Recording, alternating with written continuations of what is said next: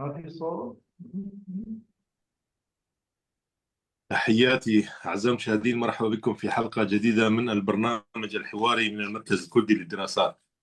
في هذه الحلقة نخوض في مجموعة من الاتفاقات أو مذكرات التفاهم التي تحدث الآن في المنطقة بين إيران والولايات المتحدة الأمريكية من جهة، واتفاق إطار بين لبنان وإسرائيل برعاية أمريكية من جهة أخرى. وطبعا هناك عملية سلام في تركيا الآن، مباحثات، أيضا حديث عن اتفاقيات أشمل في المنطقة، خطوط وطرق تجارة. هل سنخرج نحن من هذه الأزمة التي فيها صراع ومواجهات؟ هل يمكن أن تتحول المنطقة إلى اتفاقات وإلى سلام وإلى حوار وتعاون تجاري ثقافي، بدل الحروب وبدل سباق التسلح الذي يعني يلوح في الأفق الآن؟ للحديث عن هذا المشهد بشكله الكلي يسر أن يكون معنا الباحث الكاتب السوري المعروف الأستاذ محمد سيد رصاص، وزميل الباحث والكاتب السياسي شورج درويش. تحياتي. تحياتي وهلا. مساء. أستاذ محمد، منورنا للمرة الأولى وأرجو أن لا تكون الأخيرة. فرصة سعيدة، فرصة سعيدة، وإن شاء الله تكون الأولى ودائما إن شاء الله. شكرا عزيزي. أستاذ محمد، يعني المذكرة التفاهم بين إيران وأمريكا، والآن اتفاق إطار بين لبنان وإسرائيل برعاية أمريكية، هل خرجنا من عنق الزجاجة؟ هل هذه فعلا مرحلة جديدة، أم أننا يمكن أن نعود إلى المربع الأول بشكل فجائي مرة أخرى يعني؟ تحياتي لكم دكتور طارق والأستاذ شورج، وشكرا على الاستضافة. صوتي واضح أول؟ نعم صوتي تفضل. واضح؟ نعم. إيه. أنا برأيي إنه أمريكا في زمن باراك أوباما فعلا انسحبت من المنطقة واتجهت شرقا نحو الشرق الأقصى. وأحد ترجمات هذا الانسحاب اللي عمليا أعلنه أوباما بال 2011 كان هو الاتفاق النووي مع إيران، وأيضا إدخال الروس إلى سوريا وليبيا، مو دخولهم، إدخالهم. وأيضا ربما، وهذا على الأرجح، الاتفاق بين أمريكا والإخوان المسلمين على تولي السلطة في أرض الكردستان اللي صارت ب 12 بأكثر من ذلك.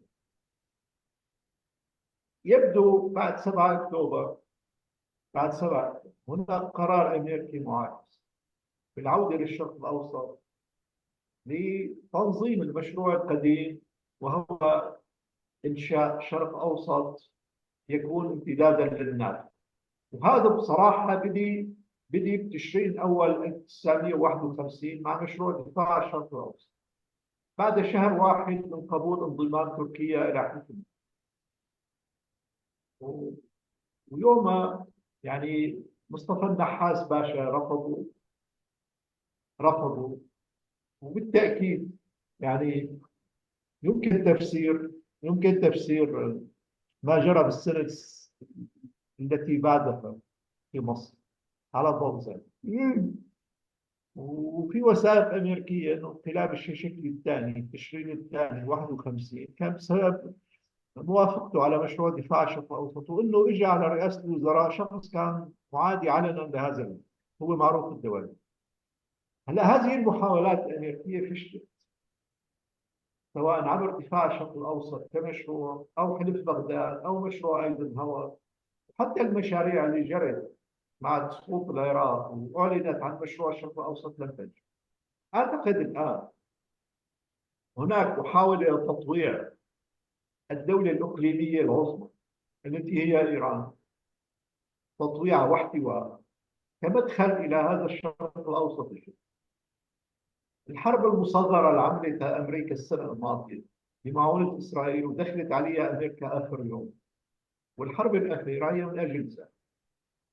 هلا على ما يبدو خلال 40 يوم و60 يوم من الهدنة والضغط الذي جرى على إيران، في قراءة أمريكية وفي إمكانية لاحتواء.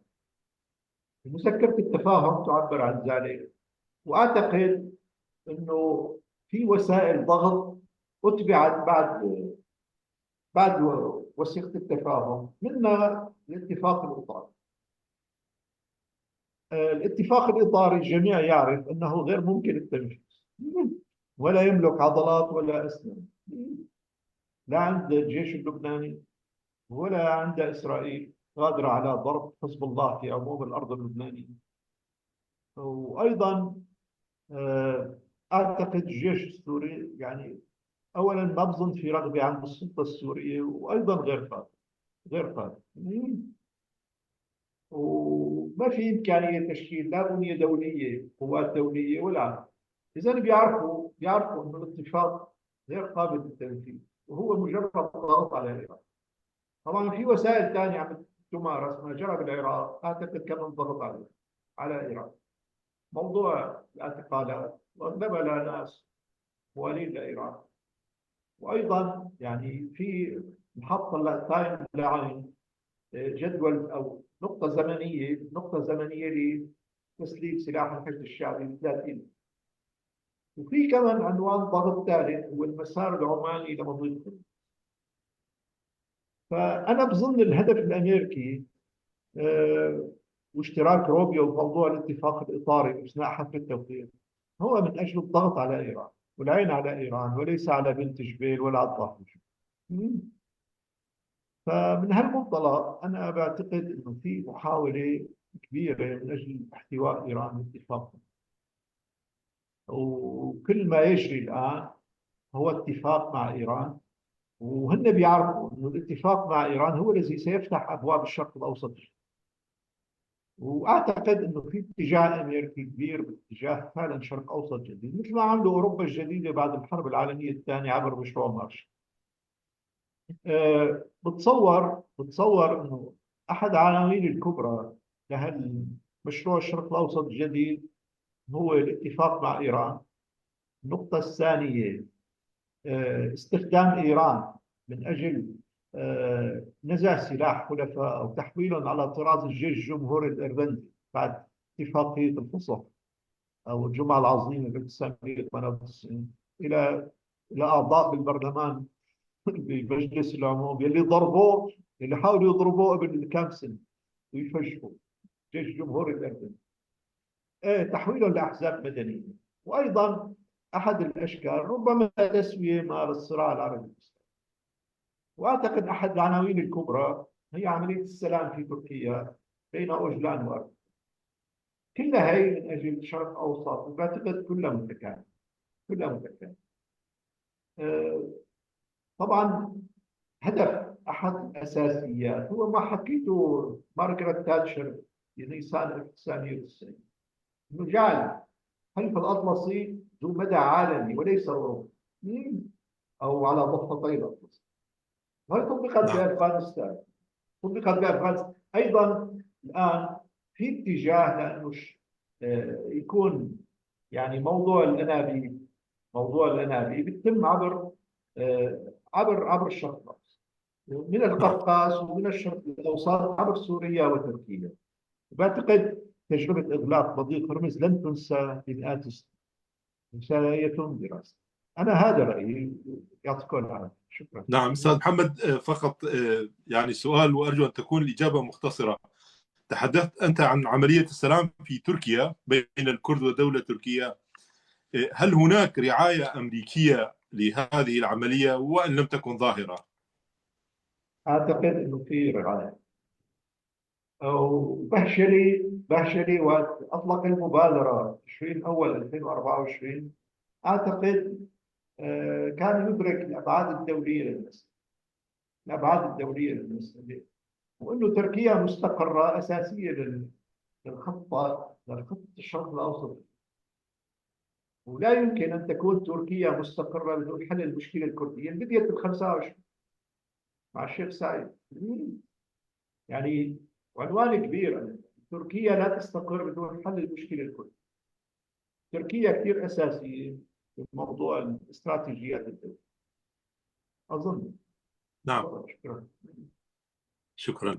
زميل شورش، التفاهمات الحاصلة الآن، يعني أعيد صياغة السؤال، هي قطيعة مع المرحلة السابقة؟ لن نرى المزيد من الصواريخ والمسيرات والتهديد بنسف المدنيات والحضارات، أم أننا يعني يمكن أن تحدث انتكاسة؟ الأستاذ محمد تحدث عن تغيير شامل، يعني إذا ما تم تطبيع الأوضاع مع إيران فهذا يعني بأنه إيران ستتحول إلى عامل إقليمي كبير،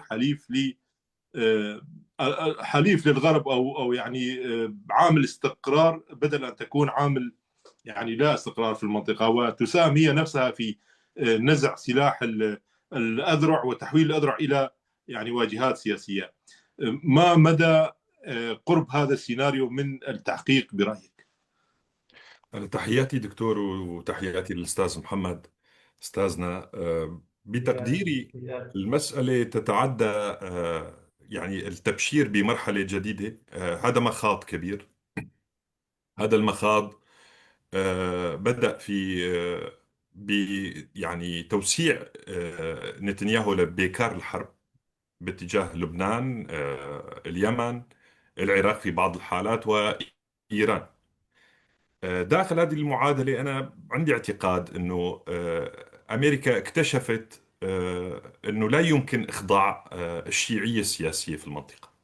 يعني إذا كان السنة مقسمين إلى بيوت، فالشيعة محكومين ببيت واحد، عندهم إكلوروس سياسي يعني في طهران يتحكم بكل تضاعيف المشهد الشيعي في المنطقة.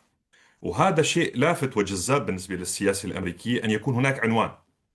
صحيح هو عنوان صعب الميراث تاخذ وتعطي معه، شروطه التفاوضية تبدو تعجيزية في كثير من الأحيان، مفاوض مر لديه الكثير من يعني مصادر القوة ومصادر القوة المكتشفة. يعني شفنا نحن هرمز ما حد كان بيحلل هرمز سوى بعد حرب ما توقفت حرب الأربعين يوم، وبدأت موجات الحرب المتقطعة. ما حد كان يناقش مسألة البالستي وتطور يعني منطق البالستي في إيران. الكل كان يتحدث إنه وحدة الساحات انتهت، فإذا الساحات تنهض. أنا في اعتقادي إنه الغالب على الظن لا يمكن قهر حزب الله، يعني إلحاق الهزيمة بحزب الله عبر السلاح. وبالتالي الحل المثالي بيطرحه اليوم كاتب اسمه إلينو دي إسرائيلي، بيقول توقف الحرب يفتح مجال للدبلوماسية الإسرائيلية مع لبنان، سوريا، وغزة. وبالتالي في حاجة إسرائيلية اليوم باتجاه الدبلوماسية. الصواريخ ما أنتجت أي شيء. هناك فرصة أمام إيران، ما بقول تتخلى عن حلفاء الإقليميين، بقدر ما تحولهم إلى ياقات بيضاء يعملون داخل البرلمانات. وهي كتل وازنة لا يمكن الاستهانة بها. في العراق لديها أواصر وآصرة روحية ومذهبية وسياسية وحتى اقتصادية. في لبنان كذلك الأمر. أنت عم تحكي عن حزب اللي هو حزب الله، يمتلك كتلة كبيرة في البرلمان، حلفاء خارج قوس البيت الشيعي، لديه أيضا وجهة نظر تجاه يعني إعادة صياغة العلاقة مع سوريا. لا يبدي حماسة عدائية تجاه سوريا، يعني سوريا المرعية أمريكيا حاليا. كل هالعلامات بتعطي دفق للعملية السياسية مستقبلا داخل لبنان. ممكن يكون في كتير تمنع من قبل حزب الله لفكرة نزع السلاح. نحن بنعرف أنه جزء من جاذبية حزب الله من 82 إلى اليوم هي فكرة السلاح. هل ستكفي الخطابة؟ هل يكفي تدفق الأموال ليحل بديل عن السلاح ليكون له ستاتيكو معين داخل لبنان؟ هي مسائل بحاجة إلى الكثير من الدرس. وبالتالي الحديث عن شرق أوسط غير مكتمل، لكن موجود في ذهن السياسيين الأمريكيين. بحيي الأستاذ محمد لفت النظر إلى روبيو اللي كان منكفئ ويصنف كمحافظ، رافض لسياسات ترامب، كوشنير، وجي فانس. وبالتالي له سياساته الخاصة التي تؤمن بأنه يمكن انتزاع الفوز حتى من خلال استعمال القوة. هذا طبقا لفلسفة المحافظين الجدد. الآن هو ينضم إلى الأوركسترا فيما خص لبنان، وبالتالي يرى بأن الحل العسكري هو حل صفري. لا يمكن إنهاء حزب الله بالضربة القاضية ولا حتى بالضربات المتقطعة. يجب أن تعود إسرائيل إلى الدبلوماسية، هذا هو الشعار الأمريكي. هذا يرهق كثيرا الحكومة الإسرائيلية. لكنه كمان بدي استشهد بإيلي بودي، له جملة حلوة إنه انتقلنا كإسرائيل من وضع الزوجة إلى وضع العشيقة. الدول التي كانت بتطبع معنا بموجب اتفاقات ابراهام اليوم عم تحكي معنا بالسر، وكأني نحن عاملين فضيحة. يعني هذا جزء من اخفاقات الحكومة، وبالتالي الدول بدها تتعامل معنا سرا، وهذا بيضرنا. كنا واصلين لنقطة جيدة، يمكن استرداد هذه النقطة من خلال حوار نشط مع سوريا، مع غزة، فيما خص غزة، وأيضا مع لبنان. فيما خص عملية السلام الكردية التركية، لا تزال يعني المسألة بحاجة إلى الكثير من الوقت. نحن عم نحكي عن شوفينية عمرها 100 سنة، لا يمكن تغييرها بمجرد بعض المقولات أنه الكرد والترك هم أخوة، الكرد والترك والعرب والفرس. هذا المركب التاريخي في المنطقة لا يمكن القول بأنه الصعود فوق الخطاب الطائفي باتجاه الخطاب القومي، ثم الصعود ما بعد الخطاب القومي باتجاه خطاب المصلحة المشتركة، لابد أنه يعدي أيضا في مخاض عسير ومتعب جدا. في تأييد كبير عالمي لاحظناه لخطوة حزب العمال الكردستاني نزع سلاحه.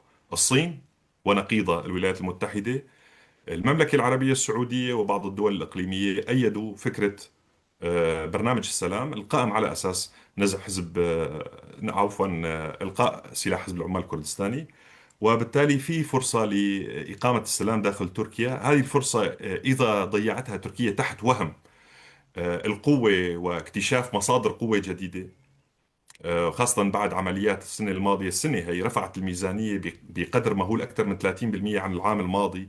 إذا اقتنعت بفكرة أنه بالسلاح وحده يمكن أن تكون شريك في الشرق الأوسط، فهي الوصفة جربتها إسرائيل. جربت بالقوة العارية أن تكون شريك في المنطقة وأخفقت، وجربتها أيضا إيران وأخفقت.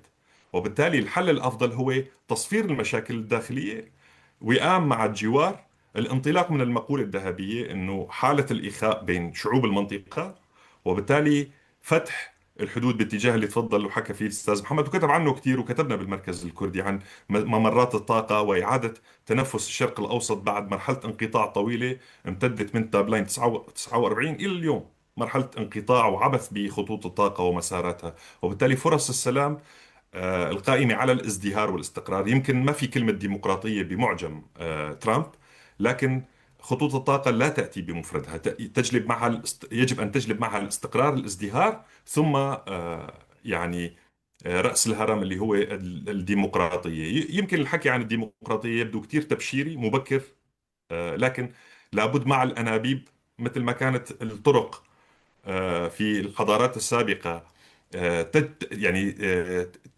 تذهب بالحضارة إلى مناطق قصية، إلى مناطق كان يصفها اليونانيين أو الرومان بالبرابرة. يمكن أيضا ممرات الطاقة يعني تحول المنطقة رويدا رويدا إلى مساحة للتأمل والتفكير باتجاه حكم رشيد جديد في المنطقة. نعم. طبعا شهادتي مجروحة فيك وفي الأستاذ محمد وفي كتاباتكم التي تبحث الأمور التاريخية والجيو استراتيجية. يعني كتابات عميقة جدا وشاملة تحيط بكل جوانب الموضوع وتبحث في الأصول والأسباب البعيدة، وهذا طبعا نفتقر إليه في الكتابات التي نقرأها في الصحافة اليومية.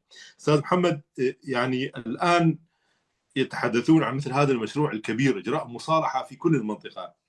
طيب، في البداية قبل الحرب على إيران، على النظام في إيران، كان في اتفاقيات إبراهيمية وكان في حديث عن ممر هندي، وأنه سيصير مصالحة وإسرائيل ستندمج في المنطقة، وسنرى قريبا يعني علاقات بين السعودية وإسرائيل. انقلب كل شيء، صار في حرب وصار في يعني تصفية للقيادات الإيرانية. رحل أناس مثل خامنئي، حسن نصر الله، رموز يعني لا رجاني، هؤلاء كانوا يوميا في المشهد. طيب، يعني ما الضامن الآن أن تنجح هذه الخطة في إدماج إيران بنظامها الحالي بكل تركته في السياسة في المنطقة. وتحدث الزميل شورش عن روبيو. هل يعني خلقت هذه الخطة في 24 ساعة؟ يعني لم يكن روبيو راضيا ثم رجع الآن. يعني أنا ما زلت أشك في مدى وفرص نجاح مثل هذه الخطة الكبيرة، يعني خطة 100 عام أو خطة القرن، سلام القرن. يعطيك العافية. هلا أنا حكيت عن بداية المشروع سنة ال 51، يعني عمره 75 لحد الآن فرص نجاحه يعني هيك وهيك. آه، حتى بتذكر يعني أنا كولين باور حكاها بال 2003 نريد إعادة صياغة الشرق الأوسط. حتى كوندوليسا رايس حكت عن حرب تموز انه هي آلام مخاض ضرورية من اجل بناء الشرق الاوسط. بس فشلت العملية لانه ايران كانت عائق. الان يريدون الزواج مع ايران. انا من شيء 4 سنين يمكن بنورث بريس كتبت مقال اسمه ما هذا العشق الامريكي لايران. إيه. وانه اسرائيل تشعر مثل الزوجه التي يخونها زوجها مع عشيقه جديد. طبعا بمناسبه زياره بايدن يوم للسعوديه، وكانت وقتها في محادثات بفيينا من اجل اعاده البرنامج او الاتفاق النووي مع ايران يلي ترامب نقضه سنه 18. الان في محاوله زواج مع ايران، زواج علني. وواضح انه يعني الزوجه السابقه تتلقى الكثير من التعنيف العلني اللي هي اسرائيل. طبعا الزواج الاسرائيلي الامريكي بدا ال 64 وليس بال 48. بدي مع زياره اشكور وبعد اقاله او استقاله ديفيد بيلر. هذا الزواج نجح بمهمات ضد عبد الناصر بال 67، تطويع مصر بال 73. وما تنسوا انه السادات يومها قال انه انا ما بقدر حارب امريكا، انا ما عم بحارب اسرائيل، انا بحارب امريكا. لذلك قال ساتجه غربا. وايضا شالوا لياسر عرفات برضا امريكا من بيروت. و بس يعني هلا نجحوا مع العراق مع ايران في ازاله صدام حسين، واعطوها مكافآت لايران. كان منا لبنان بمؤتمر الدوحه، وحتى ميشيل عون اجى بتوافق امريكي في ايران سنه 16. وكثير مؤشرات الان على انه اوباما لم يكن مزعوجا من وصول الحوثيين لصنعاء ضد 14. فانقلبت الايه مع ترامب، وانقلبت الايه مع 7 اكتوبر. آه، بس الآن الحرب الأخيرة هي حرب ال40 بينت أنه إيران لا يمكن إخضاع عسكري. امبارح كان على البي بي سي على ما أعتقد، يا إما على محطة ثانية، معلق إيراني اسمه صادق دور، عجبتني صراحته. عجبني قال كل قصة هرمز نحن بنريد مصاري. يعني إيران عندها نقطة ضعف كبرى هي الاقتصاد. وانا بعتقد الحصار البحري اللي عمله ترامب بعد 8 نيسان كان مؤثر اكثر من الاف اطنان القنابل الزكه على طهران وعلى إيران.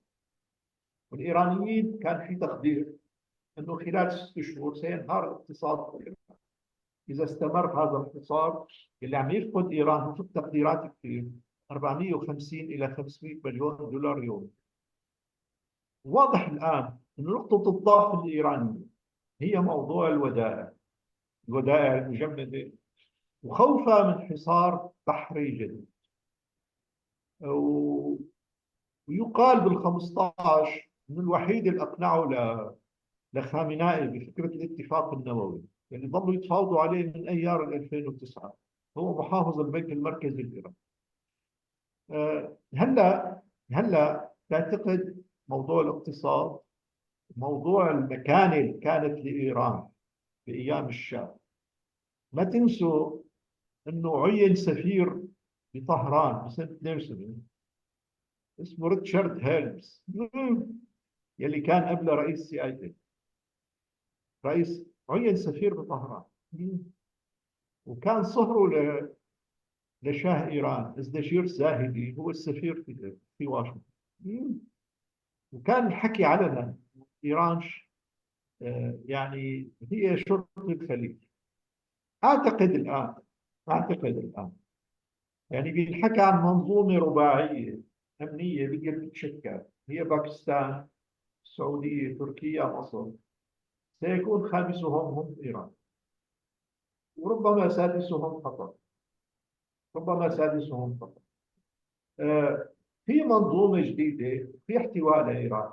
السؤال فعلا هل ينجح ذلك؟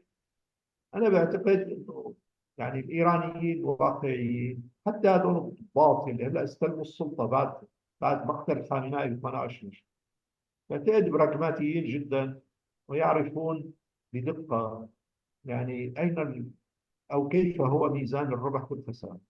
إيران لا تستطيع الصمود عسكريا، خاصة إذا رجعت الحرب. هي معروفة، بظن هي نقطة الضعف الإيرانية الكبرى، أنه إذا استمرت عملية المفاوضات إلى غير الرجعة ورجعت الحرب، ستكون مصائر إيران كثير كثير سلبية ومدمرة.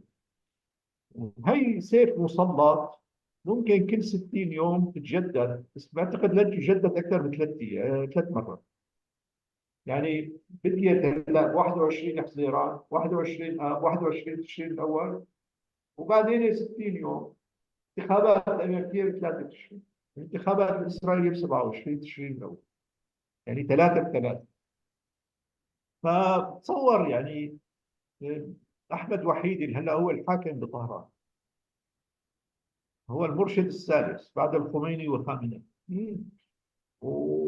وهذيك المره قريت في احدى الصحف الاسرائيليه انه هو اللاعب الاكبر بالمفاوضات، وهو اللي حدد مسار المفاوضات، احمد وحيد. ايه. فهالوضع عاد يخلي ايران، أنا برايي، تكون براغماتيه جدا. دائما المتصلبين والدوغمائيين ممكن يصيروا براغماتيين جدا. يعني هي ما صعب بالعكس. يعني ظن يعني واحد مثل الخميني اللي هو شرع يوم القدس، ثبت انه اشترى على مدى 8 سنين اسلحه من اسرائيل اثناء الحرب العراقيه، وعلى اساس انه يعني المحظورات، فقه المحظورات يعني معروف بالفقه الاسلامي. ف تبيح المحظورات الضرورات، يعني ضرورات تبيح المحظورات. انه كان ما عنده اسلحه بعد سقوط فكل القضايا يعني احنا بدنا نشوف. انا بعتقد في تسويه ستحصل معي. طبعا في ناس ما بدهم تسويه، بدهم نتنياهو. بس انا بعتقد اسرائيل في حاله ضعف لم تعانيها منذ، او لم تشهدها منذ سنوات. صحيح لا تكنولوجيا كثير متطوره، بس سياسيا ضمن الوضع الدولي، وحتى ضمن توازنات الشرق الاوسط، توازنات مو دائما عسكريه. اسرائيل بحاله ضعف، بحاله ضعف. وهذيك المره فرانس اشار لنقطه 9 مليون شو بيساوي. وقبلها ب10 سنين بتذكر مقابله عملها فيكنيو برجنسكي انه 6 مليون في قلعه محاصره مع قنبله ذريه لا يستطيعون السيطره على النار. شو يعني عقليه هناك عقليه بتساده هذيك المره نتنياهو قال صار عندنا عقيده انه ندافع عن اسرائيل خارج الحدود. شو العقيده؟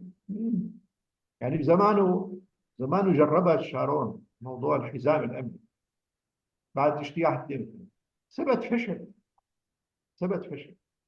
نعم.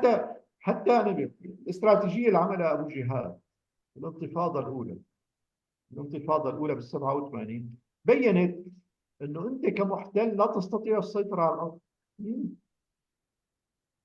الا اذا بدك تعمل موضوع التهجير، وانا برايي هي لن تمشي، لن تمشي.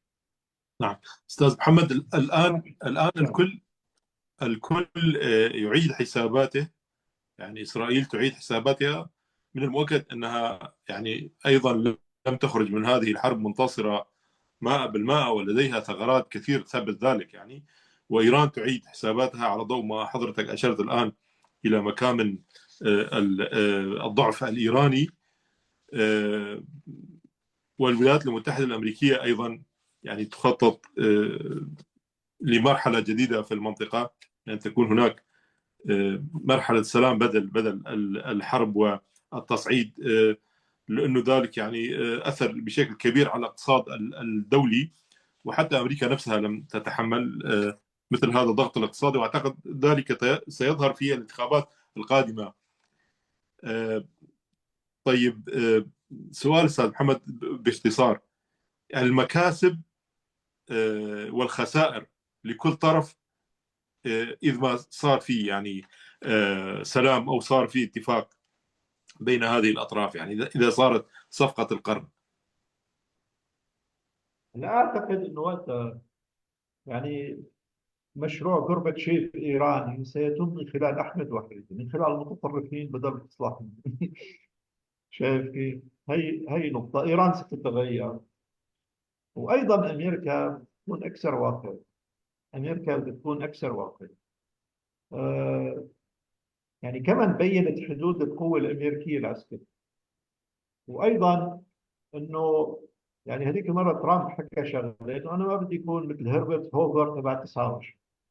يعني كمان آه حسب هو حساب حسب حساب انه اغلاق مضيق هرمز والازمه الاقتصاديه بدها تؤدي الى كساد عالمي مثل 29. آه، وايضا بعتقد يعني الان في مراجعه امريكيه للسياسه العامه. في مراجعه امريكيه لانه هي اكبر تجربه خاضها القطب الواحد منذ 89، والحقيقه كانت تجربه ليست ناجحه. وانا بتابع كثير الصحف الامريكيه وحتى مراكز الابحاث. في احساس انه امريكا ضربت بالحيط. ضربت. هذا الاحساس موجود كمان باسرائيل. يعني حتى احصاءات الان عم بتقوم فيها مؤسسات كثيره انه نتنياهو لم ينجح في 5 حروب بعد 7 أكتوبر. ينجح عسكريا ولكن لا يستطيع ترجمته سياسيا. حربين بغزه، حرب بغزه، حربين بايران، حربين بلبنان. فاشل. بعتقد حتى صار يعني هلا اليهودي بنيويورك يعيش عز بأكبر تجمع مدني أو بمدينة في العالم لليهود. يعني حتى هي القبعة الكبرى في أزمة إنه يلبسها اليهودي بشوارع. بجوز ببروكلين لا، بس أكيد بمنهاتن أو غيرها شيء. فيهود العالم كانوا لن يتحملوا هذا. حتى أنا يعني زمانه اسحاق دويتشر حكى عن شغله كتاب ودراسه عن النسل اليهودي اللي ترجمت احيانا اليهودي اللا يهودي. إيه. في شيء من التميز اليهودي الذهني والسياسي. إيه. وهي لازم نعترف فيها. كبار المفكرين بين 500 سنه اغلبهم يهود. يعني من سبينوزا لكارل ماركس لفرويد، حتى تروتسكي. انا بضيف تروتسكي. مفكر كبير ما سياسي. إيه. الشعب اليهودي او اليهود بالعالم يحسون بانه هذا تلميذ جابوتنسكي لا يوجد. اللي اسمه بنيامين نتنياهو اعتقد. ابن سكرتير جوفنسكي، أبوه ابن صهيون ابوه كان ايه بعرف. سكرتير. إيه بعرف. بس ديفيد بن جوريون كان يحتقره كثير لجابوتنسكي بالمناسبه. حتى حايم وايزمان. يعني ما بيحسوه ثقيل. ما بيحسوه ثقيل. زميل شورش، أستاذ محمد تحدث أنه يعني المتطرفين أو الذين يدعون التطرف والتصلب هم الذين عادة يصنعون مثل هذه الصفقات الكبرى. باختشلي مثلا في تركيا الذي كان يعني ضد الكرد ماء بالماء، ودائما يحرض ضد حتى حزب المساواة وديمقراطية الشعوب، ويريد يعني يصرخ اطردوه من البرلمان. هو الذي يعني أطلق عملية السلام، وسيد أوجلان طبعا طرح هو خطابه. البطل، هو بطل عملية السلام. نعم، والآن تتحدث عن وحيدي في إيران. آه، زميل شورش، يعني إيران موجودة وقوية في المنطقة وصديقة أو ند لأمريكا. كيف ستعامل الكرد؟ يعني هل مثلا سيتحقق سيناريو في تركيا، سيناريو بين الكرد والدولة في تركيا مثلا في إيران أيضا، أم أن إيران ستتصلب وستستشرف ضد الكرد وحركتهم في شرق كردستان؟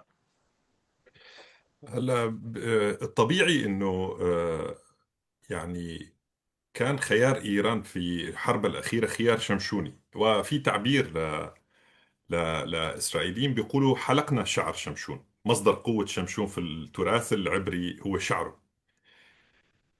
هل جرت حلاقة شعر شمشون بالمعنى المجازي داخل إيران؟ ما في معطيات تقول أن هناك معارضة راسخة صلبة، بالعكس. شهدت الحرب الأخيرة الكثير من الميل العاطفي باتجاه الخط الوطني، اللي هو مفردة سائلة لا يمكن القبض عليها. لكن في الفقه الإيراني، في الوعي الجمعي الإيراني، كل اعتداء خارجي يستهدف حتى النظام الإيراني يعتبر يعني ما سوريين. الإيرانيين ليسوا سوريين أو ليبيين حتى نحكم عليهم بأنه يشتهون التدخل الخارجي اللي يحتاج تغيير داخلي. أعتى معارضي نظام إيران عدا الشاه وجماعته كانوا يقولون أنه إيران يجب الحفاظ على سيادته وترابه. الكرد متواجدين في إيران أقدم من سايكس بيكو.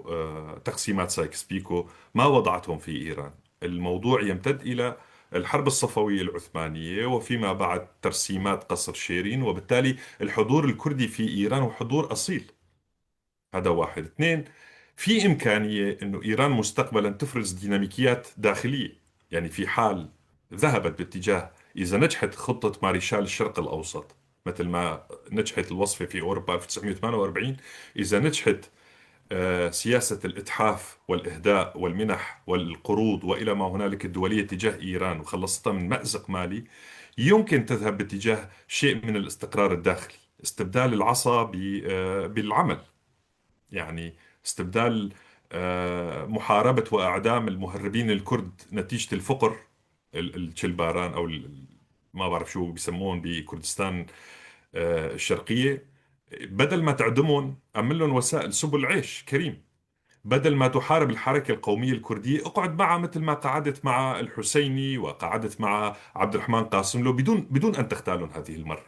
يعني بدون ما تغتال شرف كندي آخر، بدون ما تسيء للحركة الكردية اللي تراثها يمتد إلى حقبة الحرب العالمية. 1941 شهدنا نشاط كبير داخل كردستان الإيرانية، تدخل كبير من قبل ستالين لإقامة جمهورية أذربيجان عبر الفرقة الأذربيجانية، يعني الحزب الديمقراطي الأذربيجاني والحزب الديمقراطي الكردي اللي كان هو حزب الانبعاث جي كي، الانبعاث، حركة عصبة الانبعاث الكردي، أو حزب البعث الكردي إذا ما حدا يزعل.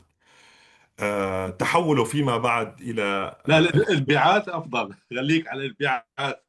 لا، في الترجمات، في بعض الترجمات يعني ترد بكثير. فاستباج هيك اسمه إيه إيه فاستباج.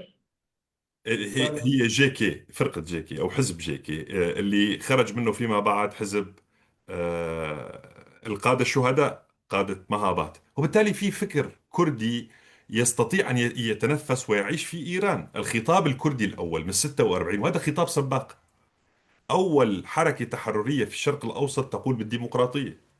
أول حزب في الشرق الأوسط اسمه ديمقراطي 1946. كيف اكتشف الكرد هذا الاسم؟ مع الأذريين. هل كان لوجود انتصار الحلفاء في العالم ليختاروا هذا الاسم؟ فكان شعار المرحلي وقتها، والاستراتيجي عفوا مش المرحلي، الديمقراطية لإيران والحكم الذاتي لكردستان. حافظ الكرد على هذا الإيقاع، وأعتقد بأنها ليست مسألة صعبة داخل إيران اللي اعترفت بدستورها وقبل دستورها بوجود الشعوب الإيرانية. بنعرف تسمية إيران تبدلت 1935 مع رضا شاه، وصار اسمها شاهنشاهية إيران أو مملكة إيران، أمبراطورية إيران، سميها اللي بدك إياه. لكن تحولت من الدولة الفارسية حبيسة الهضبة الفارسية إلى دولة مترامية الأطراف لديها شعوب. يمكن حل مشكلة القوميات في إيران بطريقة سهلة، لكن في مدرس دائما اسمه التركي.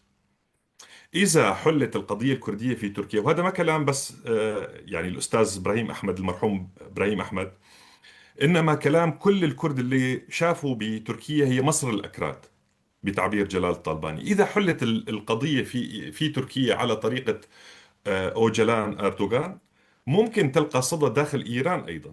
عملية قهر الكرد بعد ال 23 في تركيا انعكست على سياسات رضا شاه.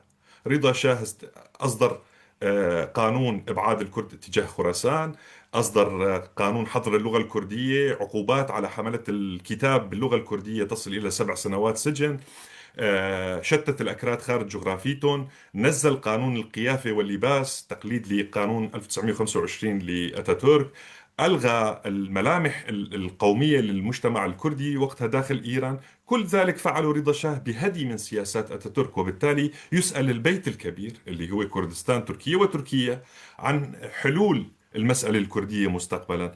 لهيك أنا بشوف أنه أفضل ما عمله الكرد تجنبوا صراع فيلة، صراع إيراني أمريكي داخل المنطقة. ما فضلوا النأي بالنفس، إنما فضلوا أن تبقى الأصابع على الزناد لأجل حماية أنفسهم. في اشتباكات متقطعة، بتتابع أكثر مني دكتور طارق وبتعرف في اشتباكات بين الحين والآخر بين البيشمركة أو الجريلا من ناحية وبين الحرس الثوري، لكنها كلها محاولات للتذكير أنه ها نحن هنا قاعدون، يعني نحن متواجدين في الميدان، لكن لا ندخل في حرب مفتوحة، لا نسمع لكلام الخارج. الكردي لن يحتاج إلى ثناء مستقبلا على موقفه تجاه إيران، لكنه لم يشد من عصب المعارضة الإيرانية. يعني المعارضة الإيرانية كانت تتشكك من دور كردي وفق تصريحات ترامب، هذا لم يحدث. وبالتالي في صورة طيبة عن الكردي بأنه ما انزاح ضد بقية الشعوب الإيرانية، ضد وحدة وسلامة التراب الإيراني، وفضل النأي بالنفس لأجل المرحلة المستقبلية. هذا نوع من الصبر. والكرد الإيرانيين، وأنا إلي تماس معهم، لديهم صبر لا يقل عن صبر الإيرانيين. وهي قواعد ابن خلدون، الأثر والتأثر، يعني متأثرين بالثقافة الفارسية اللي فيها الكثير من الصبر. وهذا شيء باعتقادي خدم صورة الكردي في المنطقة. لو أن الكردي انخرط في حرب عنوانها إسرائيل وفي شد عصب مش بس مذهبي، اليوم صار عنوانه إسلامي، حرب ذات سمة دينية، أو بتعبير أولبرايت صدى حروب غابرة، حروب ال 1400 و 1500 سنة. إذا انخرط الكرد بحرب بهذا الطابع بهذا الشكل، كان راح يتسببوا بإساءة لسمعتهم التاريخية في المنطقة. أعتقد أنه حل القضية الكردية في إيران قادم لا محالة، مثل ما هو قادم في تركيا وفي سوريا وغيرها في المناطق. وبالتالي بناء على هالكلام دكتور طارق، ما فينا نحكي عن انه في كتير اتجاهات رغبوية كردية كانت تظن انه الكرد سينتزعون كردستانهم الإيرانية جريا على ما حصل في كردستان العراق مع إشادة الخط ومنطقة الراحة الخط 36. لا، الوضع مختلف في إيران، الإيقاع مختلف. حتى أنه في مشكلة أخرى لا ننظر إليها بعين الاعتبار، بس بدي للمتابع الكردي أيضا اللي عم يتابعنا ينتبه أنه جزء كبير من الجيش الإيراني هم من أبناء الكرد، أبناء المنطقة. يعني مثل ما كان في تركيا هذه المعضلة، أيضا هناك مشكلة يسميهم في الأدبيات الكردية الجحوش، اللي هم الكرد الممولين من قبل الدولة، آغاوات وشخصيات اعتبارية لديهم جيش رديف إلى جوار الحرس الثوري يستطيع أن يأخذ المنطقة باتجاه حرب داخلية كردية. كل هذه المحاذير شكلت بوصلة للحركة الكردية في إيران للنأي بالنفس وعدم الاستماع إلى بعض التخرصات اللي كانت تدعو إلى تجديد الكفاح المسلح بشكل مفتوح. لا، كانت حرب تذكير فقط. الحرس الثوري عبر سياسة الصواريخ والمسيرات قال نحن موجودين نراقب كردستان، وأيضا البيشمركة والجريلا قالوا نحن موجودين ونذكر الحرس الثوري بإمكانية أنه ندخل على الخط بطريقة أو بأخرى. وبالتالي هذا نوع بيسموه بالأدبيات الكردية العراقية نوع من السلام المسلح، سلام والإبقاء على البنادق يقظة. لذلك أنا بشوف أنه الوضع في كردستان الإيرانية رح يتقدم مع الزمن، مع تقدم سائر أوضاع الأكراد في المنطقة جزء من اندماجهم في المحيط الحيوي لهم بعد عملية العزل. يعني جرى عزل الكرد في إيران وفي سوريا وفي تركيا وحتى الأمس القريب في العراق، وبالتالي إعادة إدماجهم في المحيط الحيوي اللي هو المنطقة يخلق مجالات جديدة لأفكار عن السلام. يعني حتى التجويد أو الإبداع في مسار السلام، ممكن الناس حتى تبدع في حلول السلام على طريقة، على الأقل الطريقة الموجودة في تركيا أو في الطريقة الموجودة في العراق أو الطريقة الموجودة في سوريا. كل واحد له طريقته الخاصة في معالجة مسألة السلام. نعم. الإدماج أو الاندماج مصطلح ليس يعني بسيء أو له وقع سلبي، طالما الآن نتحدث عن إدماج إيران في المنطقة، أنه إيران راح تعمل صفقة مع أمريكا وتندمج في المنطقة.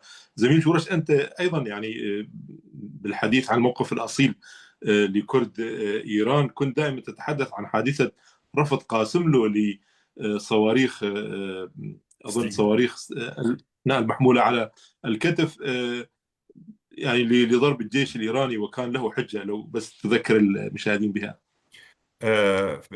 عرض عبر السي اي اي على الدكتور عبد الرحمن قاسم له انه يمكن تزويدك ببعض الستينجر اللي جربت في افغانستان ضد السوفييت، تحديدا في وادي البنجشير. اعطيت لاحمد شاه مسعود وابدع في قتاله في قتاله للجيش السوفيتي، كبدهم كثير خسائر. مو تعليق أسد الدكتور. بانشير، مو أسد بانشير. ايه ايه، شيري بنجشير صحيح. كان موقف قاسم له انه ستحطم كردستان على رؤوسنا، والمفارقة كان يسعى دائما للذهاب إلى الولايات المتحدة للتفاوض أو للتفاهم مع الأمريكان.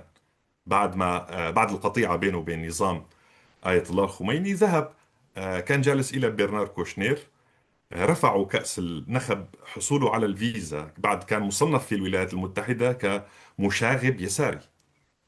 هذا المشاغب اليساري عند الأمريكان اللي كانوا بده يعطوه الستينجر بفترة ما عطوا الفيزا. يعني وبالتالي هناك في المخيال الكردي الإيراني الكثير من الخوف من الأدوار الأمريكية، مثل ما حصل في ال46 عندما تنصلوا من قاضي محمد رفقة البريطانيين واتفقوا مع ستالين على إنهاء الحكم الذاتي الكردي تسمى الجمهورية. والجمهورية كانت حالة حكم ذاتي بالمناسبة، مش إنه جمهورية مستقلة، لكن هي إحدى التسميات السوفيتية المحببة للأوبلاستات أو مناطق الحكم الذاتي، كانت تسمى جمهوريات. المعنى دكتور طارق أنه ما قضية لا نثق بالأمريكان، لكن نريد المزيد من التطمينات. يعني كان هذا الشعار قاسم له العملي مع الولايات المتحدة. شو بدك تقدم أكثر للمعارضة الديمقراطية الإيرانية لكرد إيران من أجل أن نقيم تحالفات؟ وأيضا بيسأل برنار كوشنير الدكتور قاسم له لماذا لم نسمع بكرد إيران؟ يعني نسمع بالفلسطينيين، نسمع بجماعات بإفريقيا بغيرها بحركات تحرر. قال ببساطة لأنه لا نخطف الطائرات، لا نأخذ رهائن، لا نختطف الأطفال في المدارس، وبالتالي طبيعة نضالنا تحتم الكثير من الكتمان على عملنا. يعني ما في وجهة نظر دولية تجاه كرد إيران. حتى تعاطي ترامب الأخير كان كثير ساذج مع أكراد إيران، اللي حملهم كثير من نية وكثير أساء إلى سمعتهم. لكن أعتقد بأنه الحفاظ على رتم قاسم له شعاره التاريخي من أجل الحوار والديمقراطية، يعني هذا شعاره، وقتل من أجل الحوار نعم. والسلم. تفضل. نعم. تفضل. أستاذ محمد، يعني أنت كيف رأيت الموقف الكردي في إيران خلال هذه الأزمة؟ وهل من المحتمل أن يقوم النظام في إيران في المرحلة القادمة بإجراء حوار مع الحركة الكردية لإيجاد حل يشبه مثلا الحل القائم حاليا أو الممارس حاليا في تركيا، يعني يعترف به الكرد؟ أعتقد أنه أثبت أكراد إيران بالفترة الأخيرة أنهم يملكون الكثير من النضج والقراءة، ليس فقط في الخريطة السياسية الإيرانية الداخلية كمجتمع، وإنما حتى الخريطة الدولية، حتى لتجربة الحركة الكردية. يعني أكيد ما نسوا أنه قاضي محمد كان يعني ضحية مساومة بين ستالين وترومان سنة 46. تنسحب القوات السوفيتية من إيران مقابل أنه ستالين يأخذ بولونيا.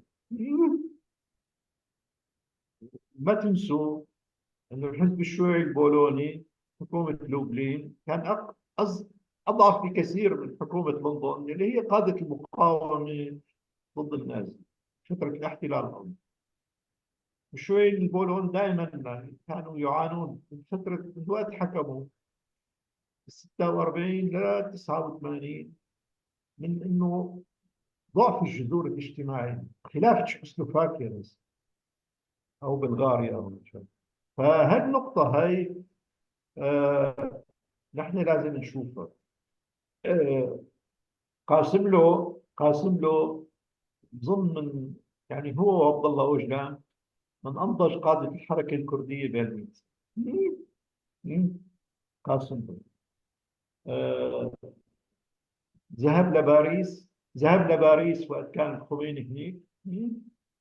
و- وأتى لطهران. أول من حمل السلاح ضده هو الشيخ عز الدين الحسيني. آه، وهو عم يتفاوض 89 كتبته الاستخبارات الإيرانية. بس هالتراث يعني بيعرف شو وزن السلاح وشو وزن السياسة. بعتقد الأحزاب الكردية الإيرانية خاصة حزب بيجا آه، كانوا ناضجين جدا بعدم وانكشف مؤخرا انه الاغراء كان اسرائيلي اكثر منه اغراء امريكي. موضوع مشاركه اكراد ايران بموضوع الحرب الاخيره. هي نقطه نحن لازم نشوفها. هي المساله الثانيه ممكن هذا يفتح مجال كبير لتسويه كبرى لإيران المستقبلية، على طراز التسوية التي تتم في تركيا الآن، حتى التسوية اللي عم تتم الآن بسوريا، وبعتقد كمان بالعراق بين الأكراد والعرب في العراق، وأيضا بسوريا بكل مكوناتها، وأيضا بتركيا. بعتقد أنه التسوية الكبرى بدها تكون بإيران، مو بس مع أمريكا، ستكون أيضا تسوية إيرانية داخلية كبرى. على كل يعني بيقرا تاريخ المنطقه بال 100 سنه والاكثر، بلاحظ انه ايران هي بتفتح المراحل، هي افتتحت الثوره الدستوريه بالسته، هي افتتحت الانقلابات بال 21، وهي افتتحت المد الشيوعي مع حزب توده بال 21، وهي افتتحت التامين بال 51، وهي افتتحت الثورات الاسلاميه عمليا، او المد الاسلامي ب 79. فإيران مفتاح المنطقة يمكن عنوان. فتصور إيران ستحدد ملامح المنطقة، لذلك التركيز الأمريكي كثير عليه. لن يضربوها أو يسحقوها كما فعلوا بالعراق في 2003 أو 91. يريدون خطب زواج ما، وأعتقد هذا السبب لأنه إسرائيل تشعر بتلكم. نعم. أنا خلاص. نعم زميل شورش، عندنا 4 دقائق تعقيب على كلام نعم. أستاذ محمد، أو يعني كلمة أخيرة لك. يعني لا يمكن تفسير وضع أي دولة في المنطقة بدون النظر إلى جوارها. يجب أنه يعني كأدوات لتحليل أي مشهد يجب أن نأخذ الجوار دائما بعين الاعتبار، والمنطقة ككل. ما عادت المنطقة معزولة كجزر يمكن النظر إليها مثل ما كان قبل 7 أكتوبر. إسرائيل من حيث لا تدري وحدت المنطقة، حول مفهوم المخاوف، مثل ما وحدت الإسرائيليين ضد الإبادة ضد 7 أكتوبر. وحدت أيضا المنطقة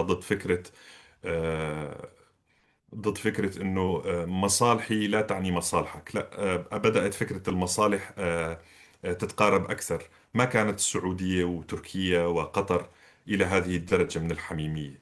يعني بالفترة اللي مضت قبل الحرب ما كانت إيران مهمة للباكستان جيران، ولا لتركيا ولا للعراق لهذه الدرجة اللي هي موجودة فيه الآن. وبالتالي في خيط سلكي يربط المنطقة بشكل أو بآخر، وبالتالي لا يمكن معالجة أي مشكلة منفردة عن مشاكل أخرى. إذا بدك تدور على الحل في لبنان يجب أن تتحاور مع سوريا، وتتحاور مع العراق، ومع إيران، ومع تركيا.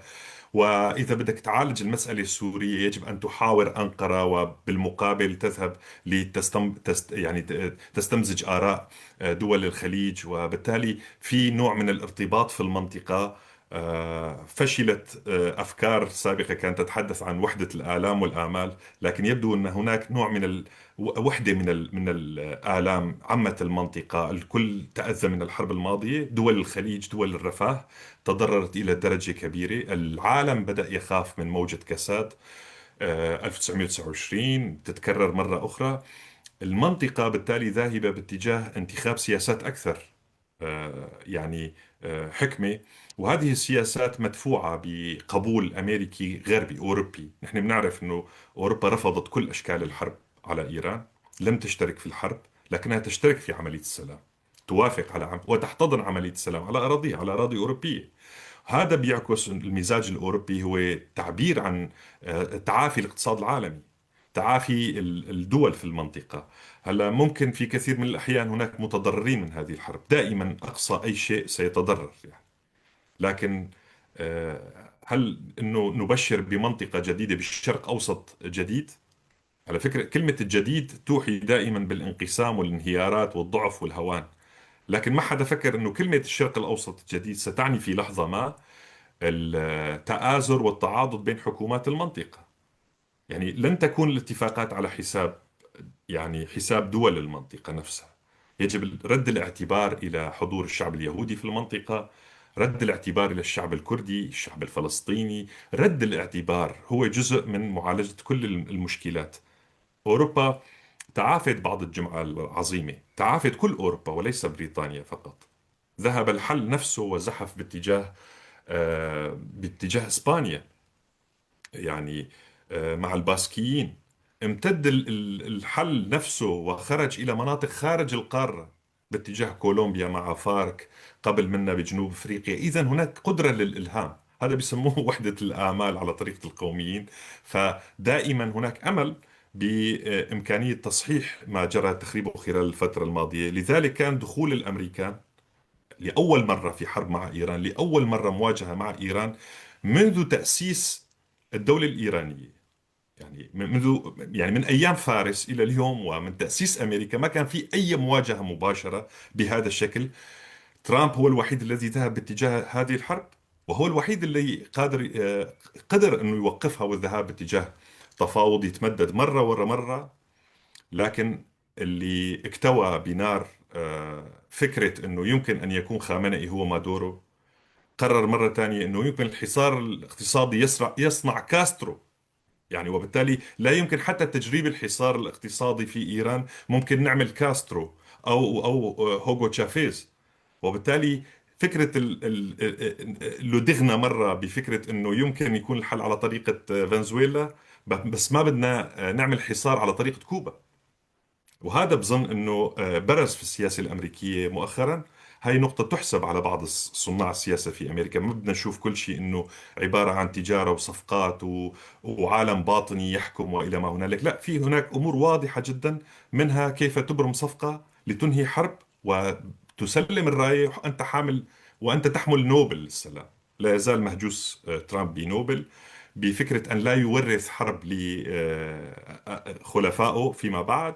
وبالتالي المنطقة مقدمة على شكل من أشكال التسويات. هي التسويات ممكن تتحول إلى عمليات سلام كبرى لجميع شعوب المنطقة. وبالتالي ما قضية بث الأمل بقدر ما هي قراءة أنه الحلول العنفية جربت، كلها جربت باستثناء النووي ما تم ضربه. والكل كان يتوقع حتى أنه ممكن الذهاب باتجاه استعمال النووي التكتيكي أو إلى ما هنالك، مثل ما توقعوا في الحرب الروسية الأوكرانية، وما ما صار هذا الحل. وبالتالي الذهاب للحل السلمي عبر التفاوض هذا صار عنوان للمرحلة. ستنشط أدبيات التفاوض كثيرا في المنطقة. الكل سيرجع إلى محاكاة نماذج حدثت في يوغوسلافيا، حدثت في دول كثيرة، عن إمكانية التفاوض الداخلي. وأنا شكرا دكتور، وبتمنى أستاذ محمد يختم بملاحظات أخيرة. تفضل استاذ محمد، تفضل. لا، اعتقد انه يعني العنف اللي نشأ في الحرب العالمية الثانية انتج مارشال. انتج مارشال، ومارشال انا برأيي هو اللي انتج السوق الاوروبية المشتركة بال 57 اللي تحولت للاتحاد الاوروبي بال 90. تصور الشرق الاوسط يتجه لهذا المنحى، يتجه لهذا المنحى. ولكن هناك مشكلة كبرى بطهران، مشكلة كبرى بأنقرة، ومشكلة كبرى بفلسطين. ايه، فهذول بدهم الحلول الثلاثة. وبعتقد بطريقة أو بأخرى سيبنى الشرق الأوسط من جديد، وفي مصلحة عالمية. في مصلحة عالمية. حتى عند الغرب برأيه أن السيطرة على الشرق الأوسط هي التي تقلب الموازين تجاه الصين، تجاه روسيا. في رأي كان موجود عند كارل ماركس أن روسيا يعني عدو أبدي لأوروبا. عدو أبدي لأوروبا، وتعزز الشعور عنده بسبب الدور اللي لعبه الروس بالثورات ب 1848. طبعا لينين أعطى صورة ثانية، بس هلا رجعاني مع بوتين صورة الشرطي اللي كان القيصر زمان. ايه، بعتقد موضوع العداء بين اوروبا وروسيا كثير ماكن، وايضا العداء الصيني الامريكي. هلا انشاء توازن جديد لا يتم الا من خلال انشاء تكامل بين الشرق الاوسط وبين الغرب الامريكي الاوروبي. تصور هذا احد اهداف الحرب. وهي الاستراتيجيه الامريكيه الحاليه اظن.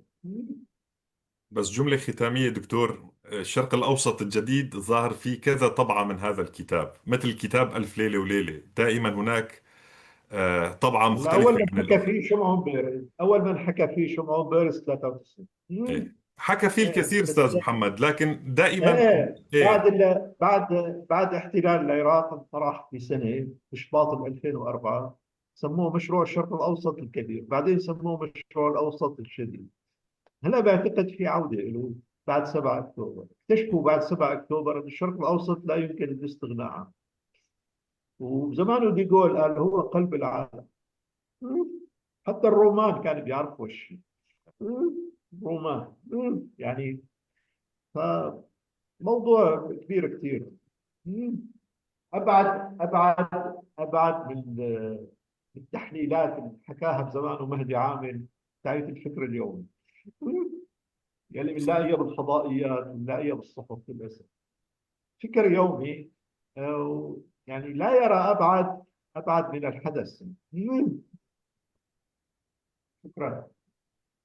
استاذ محمد سيد رصاص، الباحث والمفكر السوري، والزميل جورش درويش الكاتب والباحث السياسي المتألق، شكرا جزيلا لكم. جزيل الشكر شكرا دكتور. لك دكتور، شكرا لكم، شكرا دكتور استاذ شورى، شكرا هلا يعطيكم هلا العافيه. هلا أستاذ محمد. مع هلا. السلامه. أعزائي المشاهدين، شكرا لكم، إلى اللقاء في حلقة قادمة، تحياتي.